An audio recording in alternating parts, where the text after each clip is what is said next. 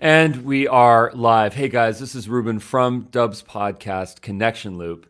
And I'm here with Andy. Andy, the first thing I noticed right off the bat is that you have to be a LinkedIn expert because your profile is totally optimized. I've just noticed that right off the bat. I have checked out your content, and you are on a true growth trajectory, man. So I just wanted to congratulate you for that. And I also wanted to open up the forum here to just have folks learn about some of your strategies and some of the ways that you've been able to optimize your LinkedIn profile and overall presence, and ultimately how it's lifted your business up. So maybe you could provide a little bit of a bio, and then let's get into the topic. Hey, Ruben, thanks very much for having me on. Yeah, so I got into LinkedIn, I think fairly late, right? So when did they start? '04. I think I waited 4 years to discover it. So around about '08 is when I first started playing around with the platform. And I started with LinkedIn groups. That was the thing that drew me into it first. And it blew my mind because you're actually telling me that I can build any community I want around any subject I want, which is exciting. What's more exciting is that then people join those communities and they join them quite fast. So I was building these LinkedIn groups and thinking, wow, this is incredible. And that's where my education began. That's where I started to, I think, better understand the platform and get a thirst for more knowledge about the platform. And I was even, fairly competitive back then because some of those communities that I built weren't growing fast enough, according to my estimation, calculation. So I would say to one of the group members, do you want to run the group? Do you want to run the community? And they would invariably say yes. And then I would go on and focus on those other communities that I built that were growing faster than the ones that I just jettisoned. So I knew the potential about LinkedIn back then. I dove into groups, but I was the kind of guy that whenever there was a BD focus, whenever there was sales, I was always working the room. I was always meeting as many people as I could, networking like crazy, trying to build up rapport immediately, and then grabbing those business cards and doing the equivalent of that, but virtually, right? And having multiple rooms accessible to me via LinkedIn. Again, another mind-blowing realization. So that's how I started. And then, of course, once I started understanding how it worked, I decided, you know what, I'm going to share. I'm going to share some of my learnings. And I started a blog, linkedinsites.com, and my early stuff was shit. It was pretty boring, wasn't really striking a chord.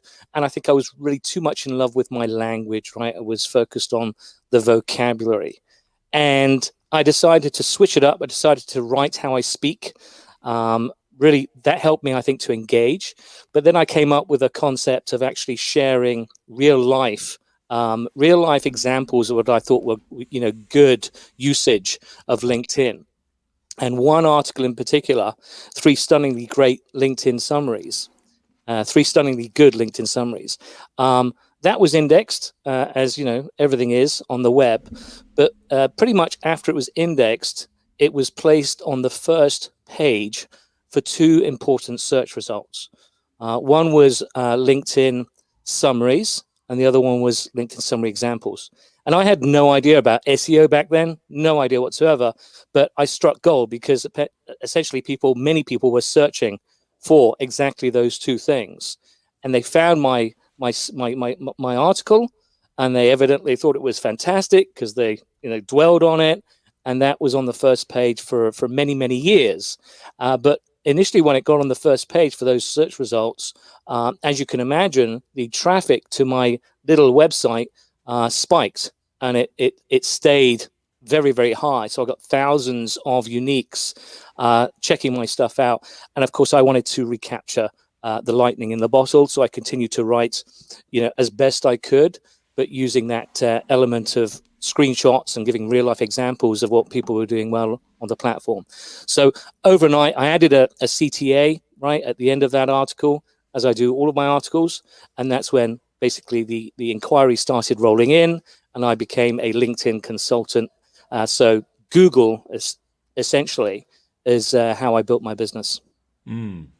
Between Google and LinkedIn, owned by Microsoft, you are effectively riding that wave to success, and I think you're doing it by letting other people get success, which I think is the true path to success. So congratulations on that. Now, what are some of the most common mistakes that you find people doing on LinkedIn? Yeah, so I think that's the problem, isn't it? Because there are so many decision paths that LinkedIn gives you, right? You have to make so many choices about. Well, all right. So I suppose I've got to put a photograph on there. I know. I'll put the photograph on where I look like James Bond, right? In the bow tie, and yeah, that's cool, right? Yeah, I think I look smooth. No, that's not a good idea. So that's one example, right? Or oh, you know what? I met whatever, right? The local mayor, or you met a celeb. I know. I'll put that picture on with the celeb. That's gonna make me look impressive, or what have you. So that's an example, right, of some of the decisions that people make that perhaps are not good in hindsight, or perhaps are made, with a modicum of ignorance, or perhaps not understanding how it'll be perceived. So that's that's one thing I see a lot, is people just not bothering too much about how they'll be perceived or what it does to their brand by using a certain headshot. The headshot, mine is basically number 87 that I did in the bathroom. It's a selfie, but you'd be hard pressed to know that, because I'm using a decent phone and I'm using portrait mode on my iPhone 10. And if I can do that, then anyone can do that. But you want to look professional, and you certainly don't want anyone to look at that photo and go, right? And it's as simple as that. So that's one that I see a lot. Another I see a lot in terms of those having to make decisions is that you are offered an amazing opportunity to sell yourself via the headline, and most people don't, right? Because the default just takes it from whatever you type in, which is usually it's just your function, and then people are not using that space to actually market themselves, right? They're just using it to whatever accountant instead of blah blah blah who does this. So yeah, go ahead. I was gonna say, the LinkedIn headline is something that I see a lot of people misuse, and I'm not saying that mine is perfect, but I think that there is some good strategies on that, which is effectively some sort of a summary on what it is that you do, how you provide value, and then maybe one or two of your accolades. That's what I've noticed. The dream headline for a lot of people, and now when I read it, I sometimes it makes me cringe. Is keynote speaker, best-selling author, XYZ, and I say, well, best-selling author in which category, on which day, on which hour, So sometimes I doubt some of that stuff, but at the same time, I understand why people do it. I do it too. If I want people to know that I have certain accomplishments so that they can trust me and see me as a viable source. What is your take on that? How do you find balance? Yeah, so I think that's fine if it's a credibility play, and it's you can back it up, that if you are a keynote speaker, then wonderful, right? But let's have some support of that in the profile itself. So share your TED talk, or whatever it is you've keynoted. But I do think it's an opportunity to stand out from the crowd. I mean, if you consider that perhaps the first time that people will see that headline is that they don't know you from Adam, and number one, and number two, there are a bunch of other people there with their own headlines, so it's competitive again, and you can. I think what people are missing a lot of the time, Ruben, is that they don't use it in a creative way, and they don't Mm. understand the big picture. They don't understand the context that that headline is placed in most of the time. Frankly, I mean, the one job it has, if you think about it, is to pull whoever reads it over to your profile.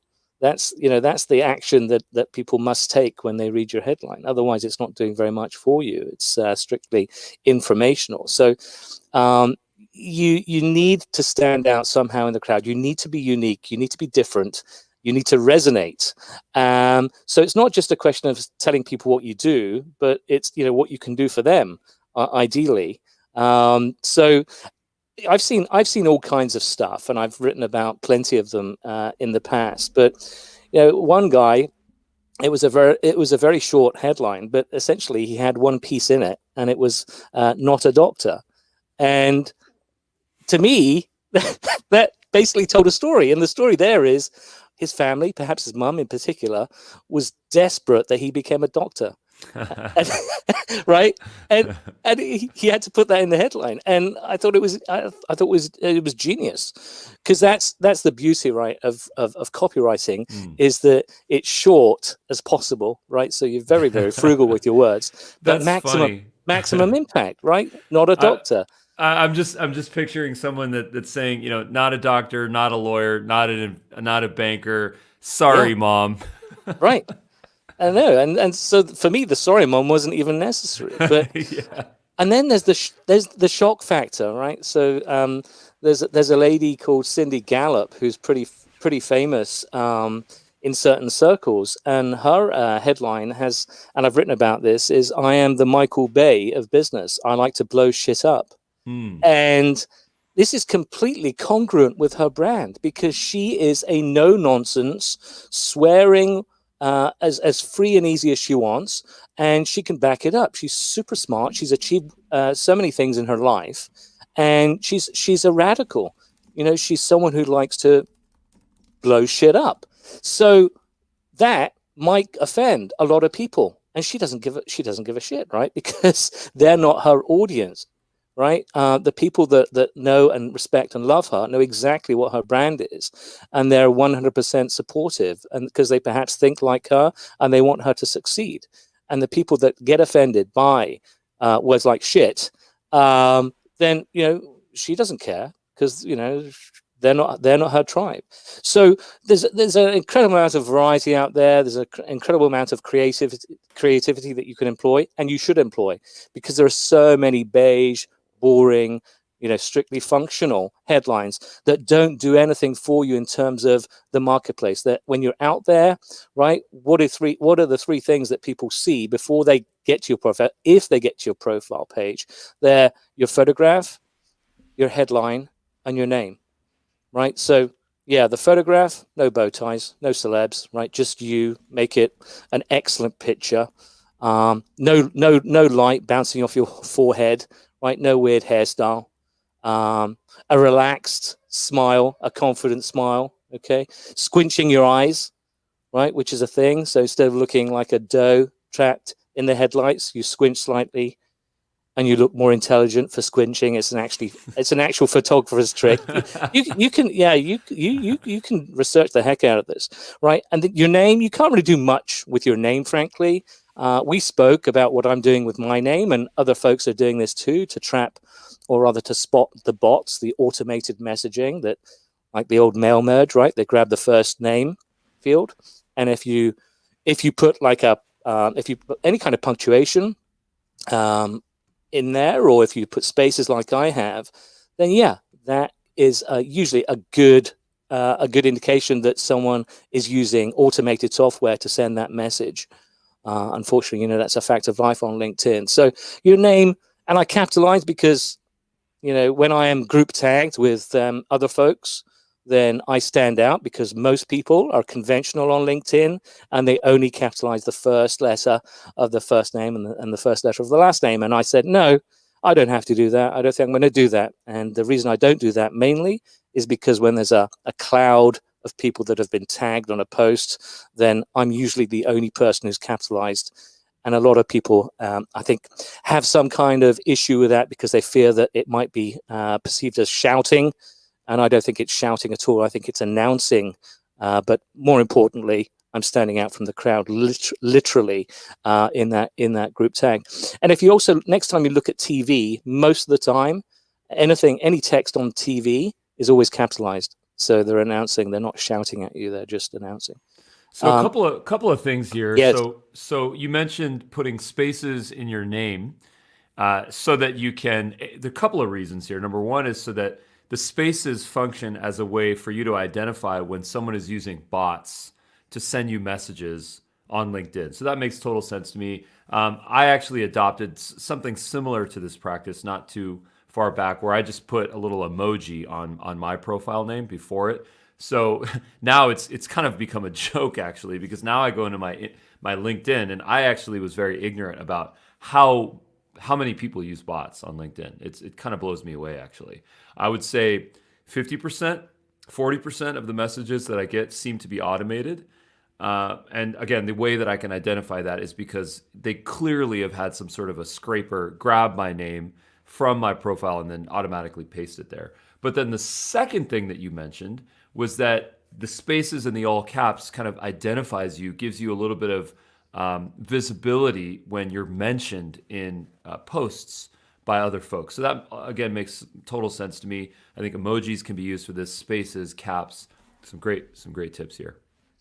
Yeah, and I think most people probably wouldn't get right mass tagged. They wouldn't find themselves in a post with say 40 so-called high profile or influencers on LinkedIn. So then that might not be relevant to those folks, but I do. And yeah, to me it's elbow room, right? I want to stand out, I'm competitive, and I want to be noticed. And I want to drag people over to my profile, because I think that's where I seal the deal if they're thinking about working with me, because then they're brought into the rest of my portfolio, professional portfolio in terms of content, etc., and what I share. But my model, Ruben, I think is fairly common.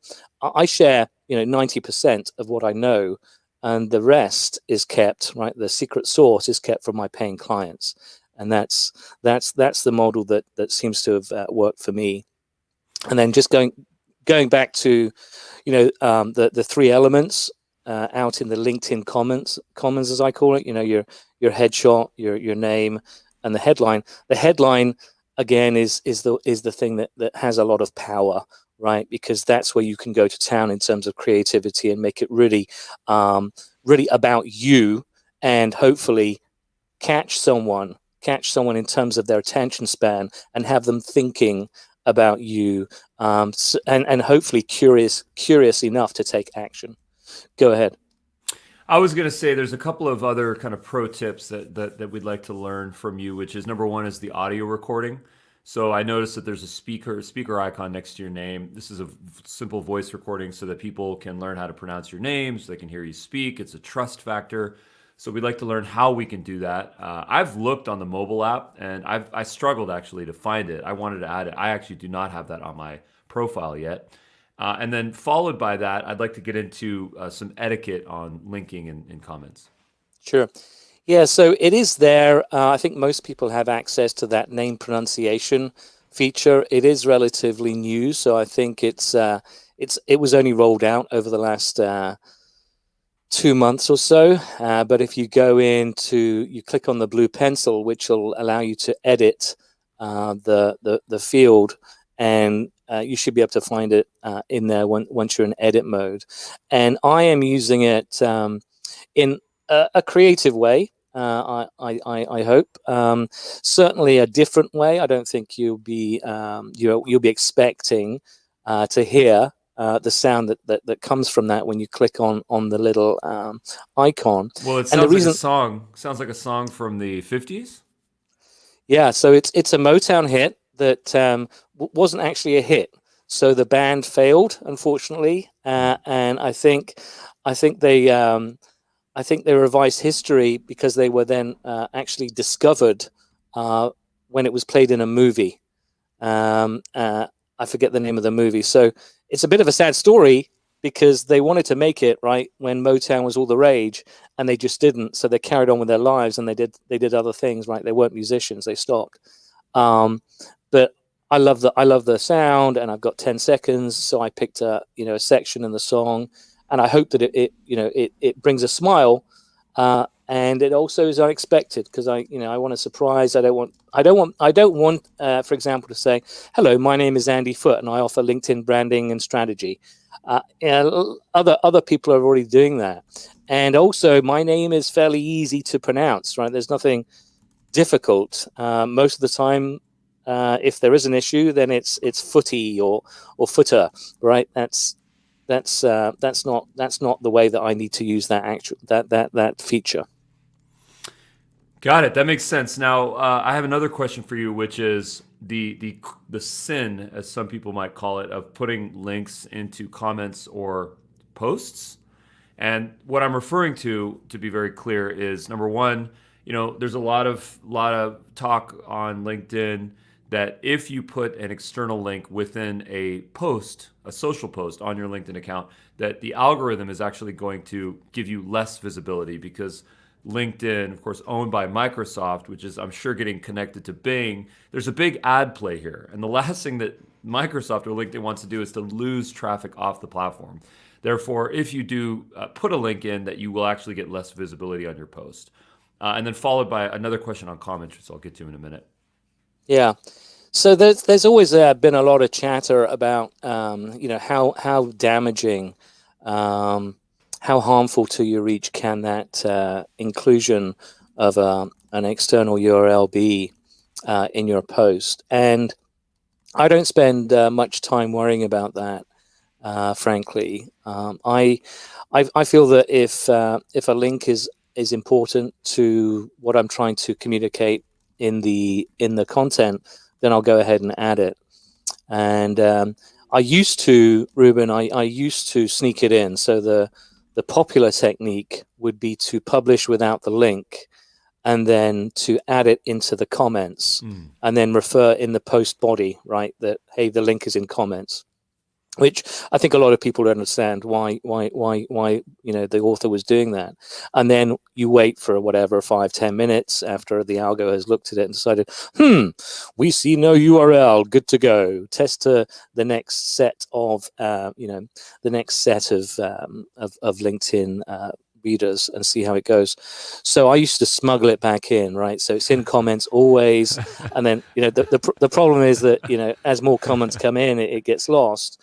Great use of the word smuggle, by the way. Yes, absolutely. That's what we're trying to do. We're smuggling.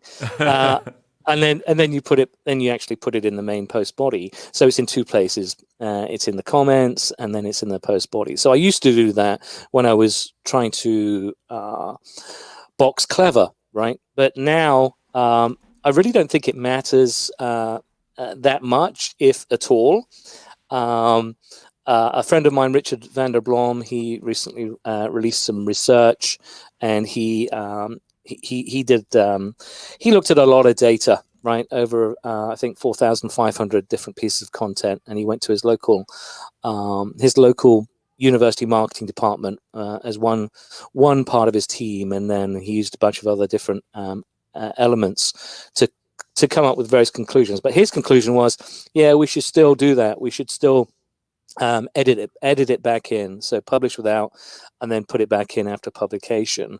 I'm less concerned about that. I feel that LinkedIn doing this is counterproductive. I think it's really quite weird, because if you consider LinkedIn doesn't have any competitors, right? LinkedIn is a monopoly, and we're always going to come back. So why are you doing this 80s type of walled garden approach? It makes no sense. We're always going to come back. So give authors that freedom to add a URL. Don't ding their reach, because they do. So that's my attitude. That's my thinking. Don't worry about it too much, unless someone comes along and conclusively says, yeah, well, if you add a link, it's gonna half your reach, right? I've been wanting to test this myself on, a random Tuesday at 10 a.m. and do something very similar from this week to the next. But I don't believe in that from a data perspective, because the two tests are so disparate, because who knows what's going to happen next week. Well, actually, we have an election next week. So LinkedIn in America is going to be blowing up. So this is the last time I'm going to be doing tests. It's the worst time, I should say. Yeah. Next question is, folks sometimes put links to their website in comments, and say, hey, check out this podcast, check out this ebook, check out this offer. It's unsolicited, it's maybe unwelcomed. What is your take on that? I've seen folks get a little bit perturbed, irate when others do that because it's like, hey, don't use my LinkedIn post as your advertising vehicle. Put an engaging comment in there, and then let folks click to your profile, and then hopefully, if it's optimized, you've got some sort of an offer that's kind of front and center on the top. What is your take on that? What are some best practices? Sure. So, yeah, to those folks that are doing that, they're trying to hijack the post for getting extra whatever for them. I would say, yeah, don't do it. It's easily dealt with, right? Because the author can delete and also can block, so they'll never be able to do it again because they won't see you or your content.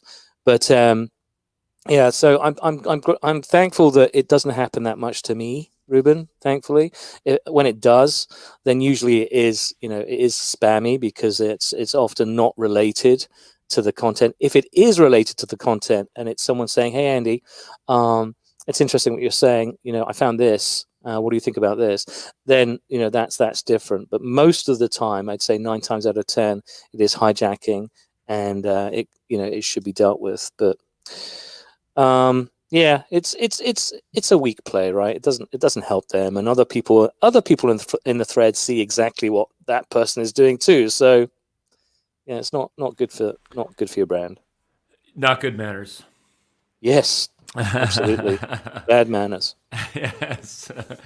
Well, this was really educational. Any kind of final pro tips that you'd like to share? I want to make sure that we get your social links, your website. This actually is the time where I want you to promote yourself, so it's absolutely welcomed and endorsed. And once again, thank you. Yeah, my pleasure. My pleasure. Yeah, so final tips I think would be just a big one in the experiment, right? Try everything on LinkedIn. If LinkedIn gives you a shiny new toy, then play with it. And the classic example right now would be stories. Right. Stories is, again, it's a great way to express your personality and to be ultra creative and different, stand out from the crowd. So I would say jump in because certainly, personally speaking, the fastest way for me to learn stuff is by actually playing with it myself and experimenting and tweaking. Right. So, that didn't work. Let me try something else. And so by that process, you evolve and I think you invariably become better. And the other point I'd make is that there's a lot of this stuff on LinkedIn, which is public, right? So you can tell if something is successful or not. You can tell if a post has got high engagement or low engagement. Then the task for you is to figure out, well, why did it succeed, right? What made it so successful? And then how can I incorporate that for my own purposes, right? My own objectives on LinkedIn. How can I use that knowledge and then do my own version of it? So be a student, right? Be an internal student, but also be a confident student, because when you mess up, no one really cares. And just be in that continual experimentation, learning, observing mode. Test, tweak, I'd say. Thank you for that. I totally agree. One of the features that I actually just found on LinkedIn 5 minutes before this conversation was this. It is a new feature. I think it's for paid folks on LinkedIn. I'm not entirely certain about that, but it is an autoresponder in the inbox, in the LinkedIn inbox. So what that means is basically for anyone that can send you a message, this is an autoresponder similar to what we might use in Gmail or Outlook. So I have just noticed this just right now, and I think what's really interesting about it is that I do receive a lot of messages, a lot of sales offers on LinkedIn, most of which I'd say 40 to 50% of which are actually from bots. So I'm inclined to turn this on. And just to say, I don't necessarily respond to bots or something kind, something generous. I don't know exactly what yet. So I don't know if you've seen this feature. I'm going to see if I can share a screenshot here, but I'd love to get your take on this. Yeah, so it's the away feature. And I think you're right. I think it is a premium only option, which is quite unusual for LinkedIn to do that. And I think, yes, I think you're right. I think a lot of people are going to do the exact same thing that you're thinking about. They're going to use it as an opportunity to bounce or to otherwise deal with certain inquiries.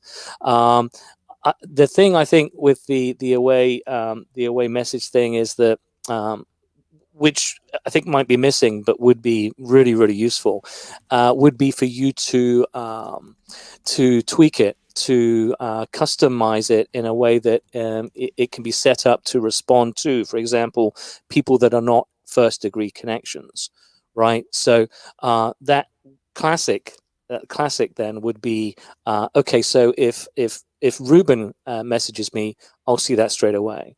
But if a bot who I'm not connected with, who isn't connected with me, if they try and send me a message, then they'll automatically get hit with this responder. I think that's the fine tuning that this feature really needs to be, to be maximum effective. Yeah. Well, there you have it. I'll probably get this going.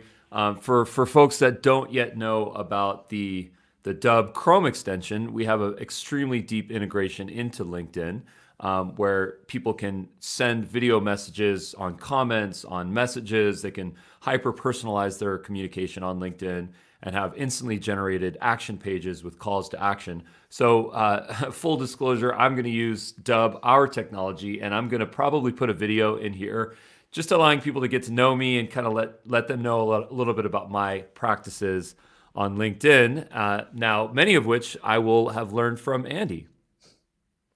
Thanks, man. Well, thank you so much, Andy, for your time. We look forward to connecting with you on LinkedIn. That's Andy Foote, Foote, on LinkedIn. And what is your website address? It is linkedinsights.com. I thought I was being terribly clever when I chose linkedinsights.com, but the amount of people that think it is LinkedIn Insights tells me otherwise, Ruben. But linkedinsights.com is the domain of my website. But people, yes, they can find me on LinkedIn most days because I am somewhat addicted. Well, there you have it. Thank you so much, Andy. Appreciate the time. Thanks, Ruben.